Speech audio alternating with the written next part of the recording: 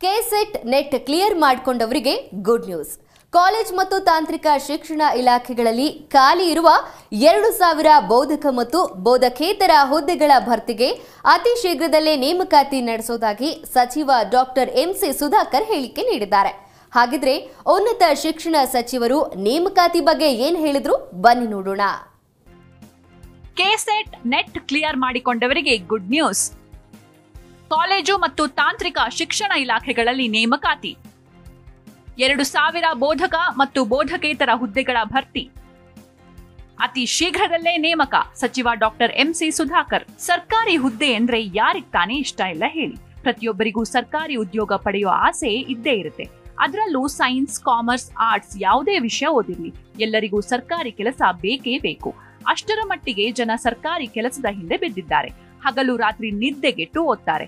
ಆರೋಗ್ಯ ಕೆಟ್ಟರೂ ಪರವಾಗಿಲ್ಲ, ಸರ್ಕಾರಿ ಕೆಲಸ ಬೇಕು ಎಂದು ಪಟ್ಟು ಹಿಡಿದು ಕೂತಿದ್ದಾರೆ. ಇದಕ್ಕೆ ಮುಖ್ಯ ಕಾರಣ ಸರ್ಕಾರಿ ಉದ್ಯೋಗದಲ್ಲಿ ಸಿಗೋ ಭದ್ರತೆ.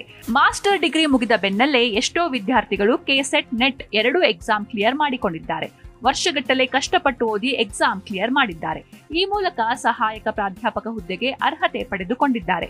ಬ್ಯಾಚುಲರ್ ಡಿಗ್ರಿ ಮಾಡಿದವರು ಬೋಧಕೇತರ ಹುದ್ದೆಗಳ ಭರ್ತಿಗೆ ಕಾಯ್ತಾ ಇದ್ದಾರೆ. BA, BE, BSc, MA, MBA, BS, MS, MSW ಸೇರಿದಂತೆ ಪಿಎಚ್ಡಿ ವಿದ್ಯಾರ್ಥಿಗಳು ಸರ್ಕಾರಿ ಕೆಲಸಕ್ಕಾಗಿ ತಪಸ್ಸು ಮಾಡ್ತಾ ಇದ್ದಾರೆ. ಸರ್ಕಾರ ಯಾವಾಗ ನೇಮಕಾತಿ ಮಾಡಲಿದೆ ಎಂದು ಎದುರು ನೋಡ್ತಿದ್ದಾರೆ. ಇಂಥವರಿಗೆ ಗುಡ್ ನ್ಯೂಸ್ ಒಂದಿದೆ.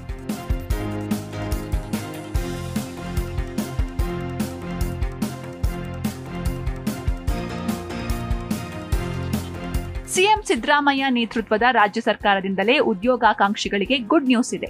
ರಾಜ್ಯದ ಕಾಲೇಜು ಶಿಕ್ಷಣ ಮತ್ತು ತಾಂತ್ರಿಕ ಶಿಕ್ಷಣ ಇಲಾಖೆಗಳಲ್ಲಿ 2,000 ಬೋಧಕ ಮತ್ತು ಬೋಧಕೇತರ ಹುದ್ದೆಗಳ ಭರ್ತಿಗೆ ಬಜೆಟ್ನಲ್ಲಿ ಅವಕಾಶ ನೀಡಲಾಗಿದೆ. ಅತಿ ಶೀಘ್ರದಲ್ಲೇ ಈ ಹುದ್ದೆಗಳಿಗೆ ನೇಮಕಾತಿ ಪ್ರಕ್ರಿಯೆ ಪ್ರಾರಂಭಿಸಲಾಗುವುದು ಎಂದು ಉನ್ನತ ಶಿಕ್ಷಣ ಸಚಿವ ಡಾಕ್ಟರ್ ಎಂಸಿ ಸುಧಾಕರ್ ತಿಳಿಸಿದ್ದಾರೆ. ರಾಜ್ಯದ ಹಲವು ಇಂಜಿನಿಯರಿಂಗ್ ಕಾಲೇಜುಗಳಲ್ಲಿ ಹುದ್ದೆಗಳ ಕೊರತೆ ಇದೆ. ಈ ಹುದ್ದೆಗಳನ್ನು ಸದ್ಯದಲ್ಲೇ ಭರ್ತಿ ಮಾಡಲಾಗುವುದು. ಈ ಬಜೆಟ್ನಲ್ಲಿ ಕಾಲೇಜು ಶಿಕ್ಷಣ ಇಲಾಖೆ ಮತ್ತು ತಾಂತ್ರಿಕ ಶಿಕ್ಷಣ ಇಲಾಖೆಯ ಒಟ್ಟು 2,000 ಹುದ್ದೆಗಳ ಭರ್ತಿಗೆ ಮುಖ್ಯಮಂತ್ರಿಗಳು ಅವಕಾಶ ಕಲ್ಪಿಸಿದ್ದಾರೆ ಎಂದು ಸಚಿವರು ತಿಳಿಸಿದ್ದಾರೆ.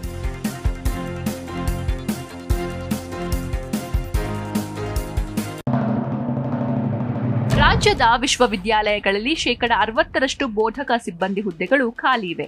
ಬೋಧಕೇತರ ಸಿಬ್ಬಂದಿ ಹುದ್ದೆಗಳು 80% ಖಾಲಿ ಇವೆ. ಬೋಧಕ ಸಿಬ್ಬಂದಿ ಇಲ್ಲದಿದ್ದರೆ ಉತ್ತಮ ಶಿಕ್ಷಣ ಸಿಗೋದಿಲ್ಲ. ಅತಿಥಿ ಉಪನ್ಯಾಸಕರಿಂದ ಹೆಚ್ಚು ನಿರೀಕ್ಷೆ ಮಾಡಲು ಸಾಧ್ಯವಿಲ್ಲ.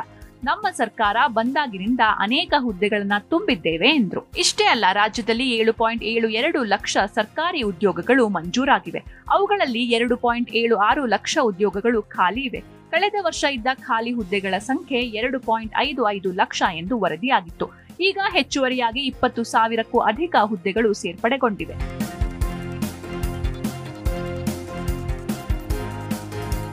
ಹಣಕಾಸು ಇಲಾಖೆಯ ಪ್ರಕಾರ ಕೇಸ್ ಟು ಕೇಸ್ ಆಧಾರದ ಮೇಲೆ ನೇಮಕಾತಿಗೆ ಅನುಮತಿ ನೀಡಲಾಗ್ತಾ ಇದೆ.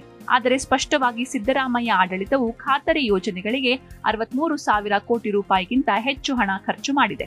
ಹಾಗಾಗಿ ನೇಮಕಾತಿಯಲ್ಲಿ ನಿಧಾನವಾಗ್ತಾ ಇದೆ. ಖಾಲಿ ಹುದ್ದೆಗಳು ಹೆಚ್ಚಿದ್ದು ಎಲ್ಲ ಹೊರಗುತ್ತಿಗೆ ನೀಡಲಾಗುತ್ತಿದೆ. 96,000 ಸಿ ಗ್ರೂಪ್ ಡಿ ಉದ್ಯೋಗಿಗಳು, ಸೈನೋಗ್ರಾಫರ್ಗಳು, ಟೈಪಿಸ್ಟ್ಗಳು, ಡ್ರೈವರ್ಗಳು ಇತ್ಯಾದಿಯನ್ನು ಹೊರಗುತ್ತಿಗೆ ನೀಡಲಾಗ್ತಾ ಇದೆ. Desk bureau, G Kannada news.